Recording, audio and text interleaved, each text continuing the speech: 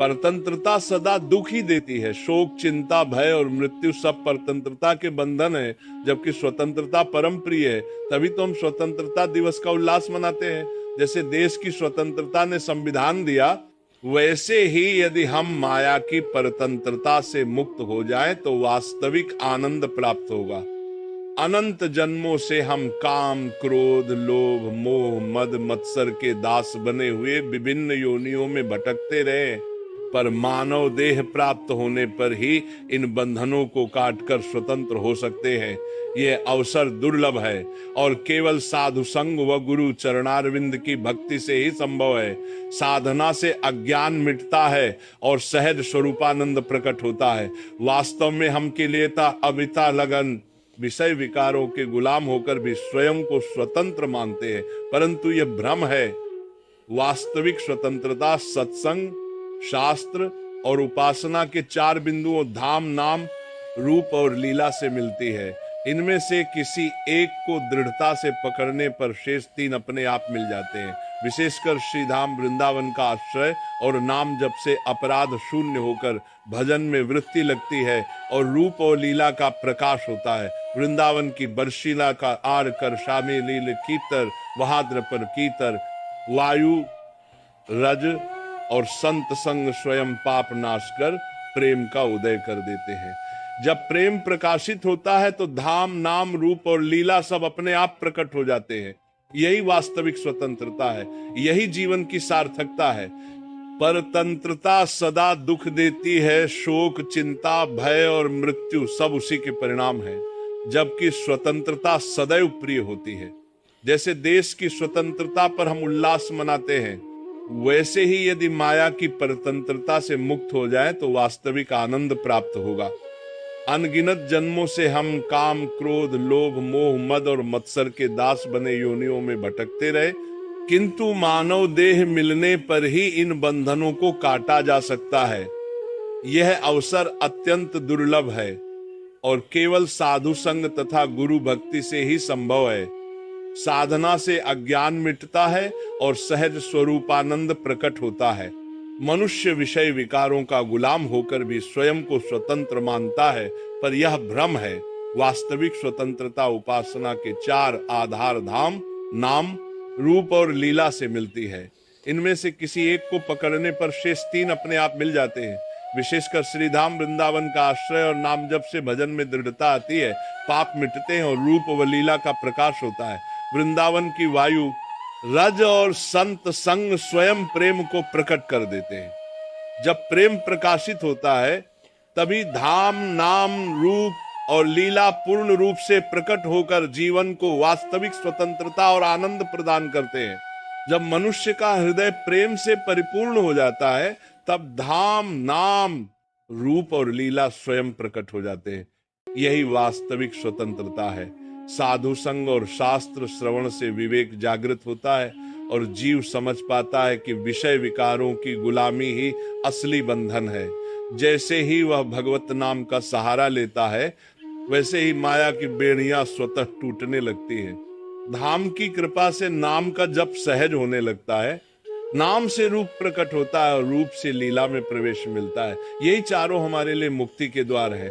वृंदावन जैसे दिव्य धाम का स्मरण और आश्रय करोड़ों जन्मों के पाप नष्ट करके प्रेम को प्रकाशित कर देता है। माँ किलबीस इसलिए हमें अपने जीवन के हर क्षण को साधु संग, नाम स्मरण और भगवान के धाम के चिंतन में लगाना चाहिए। यही साधना हमें परतंत्रता से स्वतंत्रता और नश्वर सुखों से शाश्वत आनंद की ओर ले जाती है। जो जीव इस दुर्लभ मानव जन्म में इस सत्य को पहचान लेता है, वही जीवन को सफल करता है। जीवन का सबसे बड़ा सौभाग्य यही है कि हमें मानव जन्म मिला है। ये साधन धाम है, मोक्ष का द्वार है। यदि इस जीवन में हम माया की परतंत्रता को नहीं काट पाए तो फिर असंख्य योनियों में भटकना पड़ेगा। इसलिए हर क्षण का सदुपयोग करना चाहिए।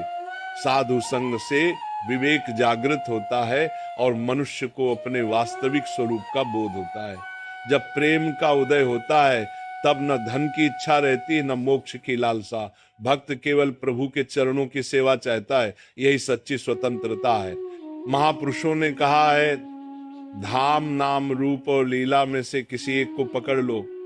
यदि धाम का आश्रय लिया तो नाम का जप सहज हो जाएगा, नाम से रूप प्रकट होगा और रूप से लीला का अनुभव होगा। यही चार स्तंभ हमें भगवान तक पहुंचाते हैं। वृंदावन की कृपा अपार है। वहां का एक एक कण, एक एक रज, एक एक वायु हमें पाप से मुक्त करके प्रेम रस में रंग देती है। यदि हम वहां शुद्ध भाव से एक क्षण भी बैठ जाएं तो वह पल अमूल्य हो जाता है। इसीलिए भाई, अपने जीवन को व्यर्थ मत करो। नश्वर भोग, माया और मोह में उलझकर समय न गंवाओ। नाम जपो, संतों की संगति करो, धाम का आश्रय लो। यही साधन तुम्हें वास्तविक स्वतंत्रता और शाश्वत प्रेमानंद की प्राप्ति कराएगा। मनुष्य जीवन का वास्तविक प्रयोजन यही है कि वह माइक परतंत्रता से मुक्त होकर भगवत स्वरूप में स्थित हो। यह जन्म असंख्य योनियों के बाद प्राप्त हुआ है, अतः इसे व्यर्थ न जाने दे।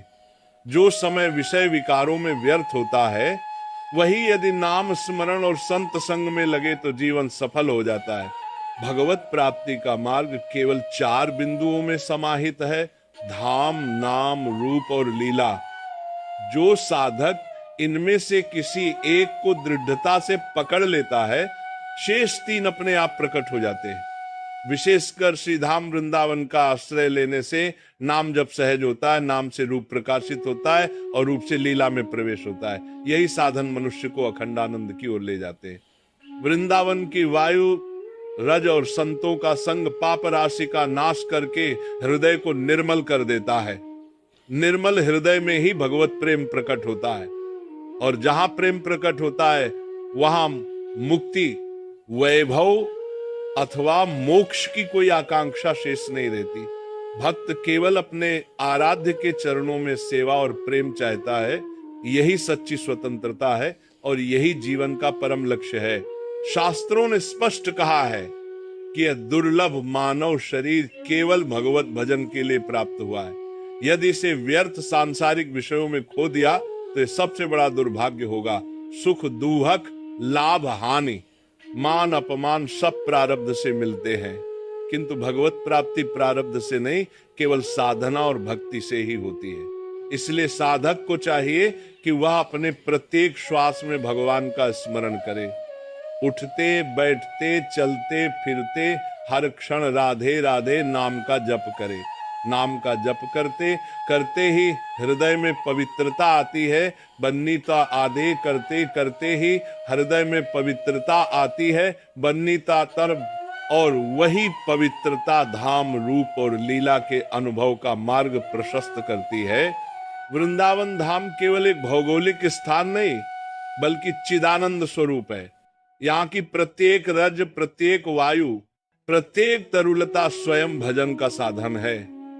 धाम का आश्रय लेकर किया गया नाम जब साधक को अपराध मुक्त करता है और भगवत प्रेम की ओर ले जाता है। यही कारण है कि रसिक संतों ने कहा, धाम की वासना, नाम की प्रीति, रूप का दर्शन और लीला का प्रवेश, ये चारों ही दिव्य स्वतंत्रता के द्वार हैं।